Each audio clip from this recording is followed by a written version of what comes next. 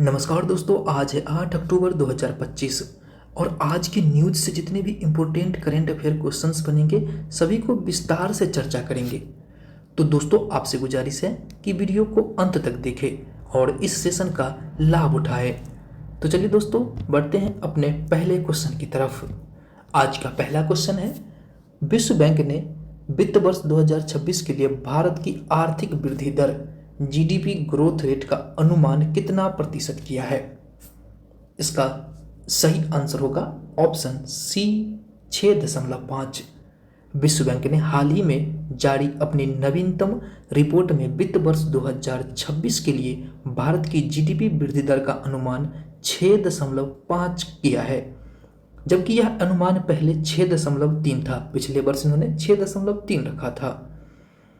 विश्व बैंक ने कहा कि भारत की मजबूत घरेलू मांग, निवेश वृद्धि और सेवा क्षेत्र के प्रदर्शन के कारण अर्थव्यवस्था स्थिर और लचीली बनी हुई है। भारत अभी भी दुनिया की सबसे तेजी से बढ़ती प्रमुख अर्थव्यवस्था बना हुआ है। दोस्तों, विश्व बैंक के बारे में महत्वपूर्ण तथ्य को जान लेते हैं। बात करें विश्व बैंक की स्थापना कब हुआ था, तो 1944 में। विश्व बैंक की स्थापना 1944 में ब्रिटेन वुड्स सम्मेलन के दौरान किया गया था। बात करें इसका मुख्यालय कहाँ है, वाशिंगटन डीसी में। विश्व बैंक के मुख्यालय कहाँ पर है, वाशिंगटन डीसी में, और इसमें 189 सदस्य देश हैं। बात करें दोस्तों, इसमें वर्तमान अध्यक्ष कौन है? वर्ल्ड बैंक के वर्तमान अध्यक्ष अजय बंगा है, जो कि यह भारतीय मूल के हैं। दोस्तों, बात करें इसका उद्देश्य क्या है, गरीबी हटाना और विकासशील देशों की सहायता करना। दोस्तों, बात यह है कि भारत की सदस्यता कब थी, तो भारत की सदस्यता 1944 से ही इसमें है। तो चलिए दोस्तों, बढ़ते हैं अगले क्वेश्चन की तरफ। हाल ही में मेडागास्कर के प्रधानमंत्री के रूप में किसे नियुक्त किया गया है? सही आंसर है रूबिन फॉर्चुनेट जाम्बी सांबो। मेडागास्कर के राष्ट्रपति एंड्री राजोलेना ने युवाओं के बढ़ते प्रदर्शन को नियंत्रित करने के लिए जनरल रूबिन फॉर्चुनेट जाम्बी सांबो को देश का नया प्रधानमंत्री नियुक्त किया है। उन्होंने पूर्व प्रधानमंत्री क्रिश्चियन नतास्य का स्थान लिया है, जिन्होंने हाल ही में इस्तीफा दे दिया था। यह कदम देश में स्थिरता और शांति बनाए रखने के लिए उठाया गया है। दोस्तों, हाल ही में मेडागास्कर में राजनीतिक उथल पुथल के कारण यहाँ के प्रधानमंत्री ने इस्तीफा दे दिया था, और अभी हाल ही में वहाँ के जनरल रूबिन फॉर्चुनेट जाम्बी सांबो को देश का नया प्रधानमंत्री नियुक्त किया गया है। मेडागास्कर की बात करें, यहाँ की राजधानी कहाँ है, तो एंटानानरिवो। एंटानानरिवो मेडागास्कर की राजधानी है। बात करें यहाँ की करेंसी क्या है, तो यहाँ की करेंसी मालागैसी एरियर वहाँ की करेंसी है। यहाँ की राष्ट्रीय भाषा मालागैसी है, और मालागैसी और फ्रेंच यहाँ पर दो भाषा बोले जाते हैं। दोस्तों, मेडागास्कर जो है वो अफ्रीका महाद्वीप में आते हैं। मेडागास्कर अफ्रीका महाद्वीप में आते हैं, और यह देश अफ्रीका महाद्वीप के पूर्वी तट के पास हिंद महासागर में एक बड़ा देश द्वीप है। तो यहाँ पर आप मैप में देख सकते हैं, यहाँ पर मेडागास्कर ये स्थित है।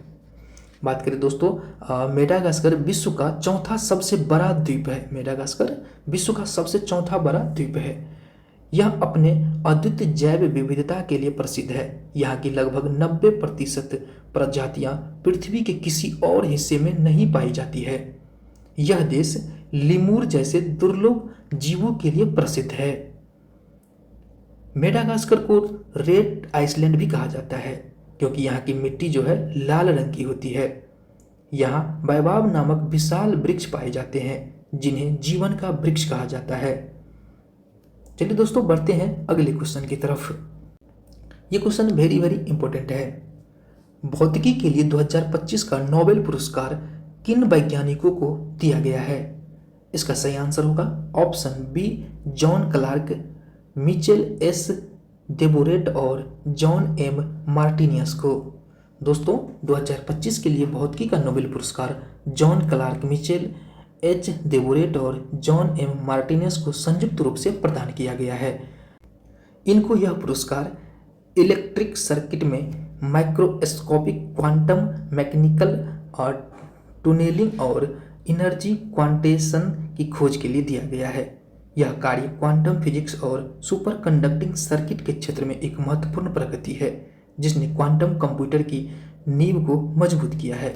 नोबेल की स्थापना किसने किया था? तो अल्फ्रेड ने किया था। नोबेल की स्थापना अल्फ्रेड ने किया था। अल्फ्रेड नोबेल स्वीडन के प्रसिद्ध वैज्ञानिक, इंजीनियर और आविष्कारक थे।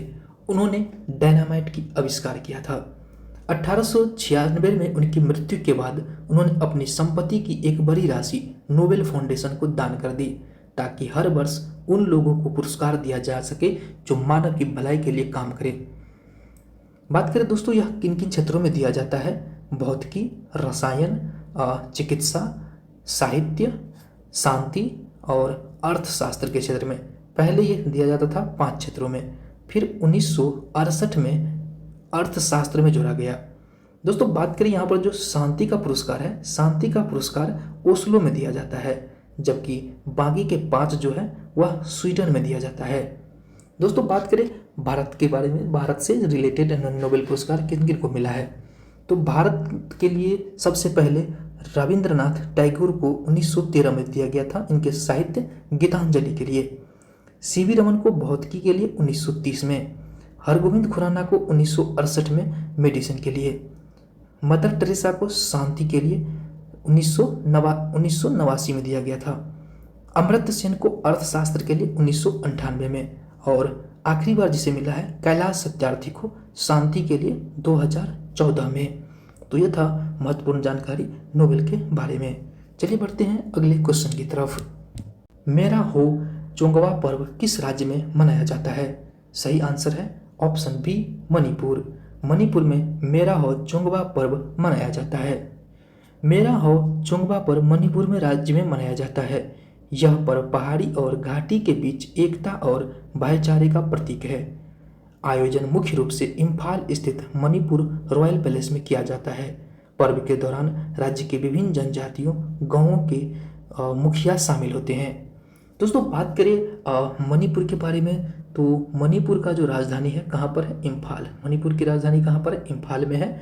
और यहाँ के सीएम है बीरेन सिंह, और यहाँ के गवर्नर कौन है? अनिल बैजल। बात करें विधानसभा सीट कितने हैं? 60, राज्यसभा 1 और लोकसभा की 2 सीटें हैं। चलिए दोस्तों थोड़ा मणिपुर के बारे में कुछ और महत्वपूर्ण जानकारी प्राप्त करते हैं। जैसे कि दोस्तों मणिपुर की राजधानी कहाँ है? इम्फाल है, और यहाँ का जो भाषा है मैतेई, अंग्रेजी और जनजातीय भाषा है। भारत का यह पूर्वोत्तर राज्य है। पहाड़ी और घाटी वाला यह राज्य है। लोकटक झील भारत की सबसे बड़ी तैरती हुई झील मणिपुर में ही स्थित है। हरी भरी पहाड़ियाँ, घाटी यहाँ पर मौजूद है।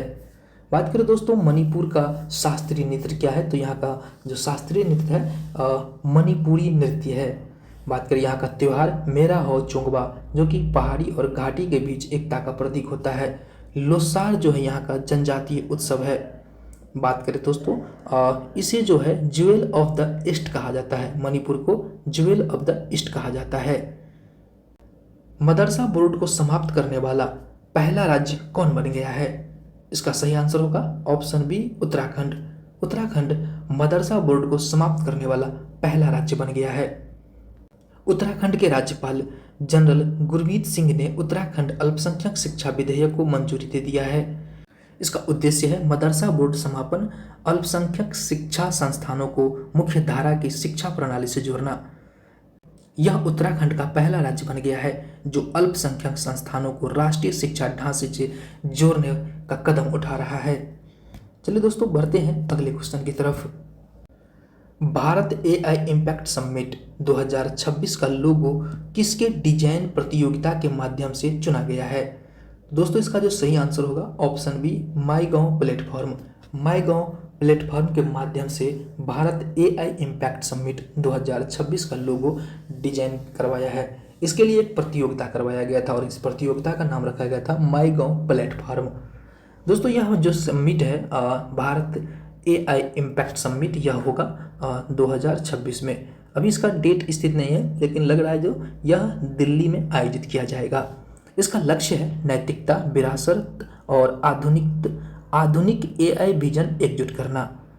लोगों का चयन किया गया था माईगॉव प्लेटफॉर्म पर आयोजित लोगो डिजाइन। प्रतियोगिता जो शुरू हुआ था 28 मई से 12 जून 2025 तक। कुल इसमें 599 लोगों ने भाग लिया था। अंतिम समीक्षा इलेक्ट्रॉनिक और सूचना प्रौद्योगिकी मंत्रालय की उभरी प्रौद्योगिकी टीम ने की थी। विजेता जो है यहाँ के, ये दोस्तों यहाँ पर ध्यान रखिएगा, जो डिजाइन बनाया है किसने है और उसका जो इसके लिए विजेता किसे चुना गया है, श्री अजीत पी सुरेश को। श्री अजीत पी सुरेश को इसके जो डिजाइनर है इसे चुना गया है।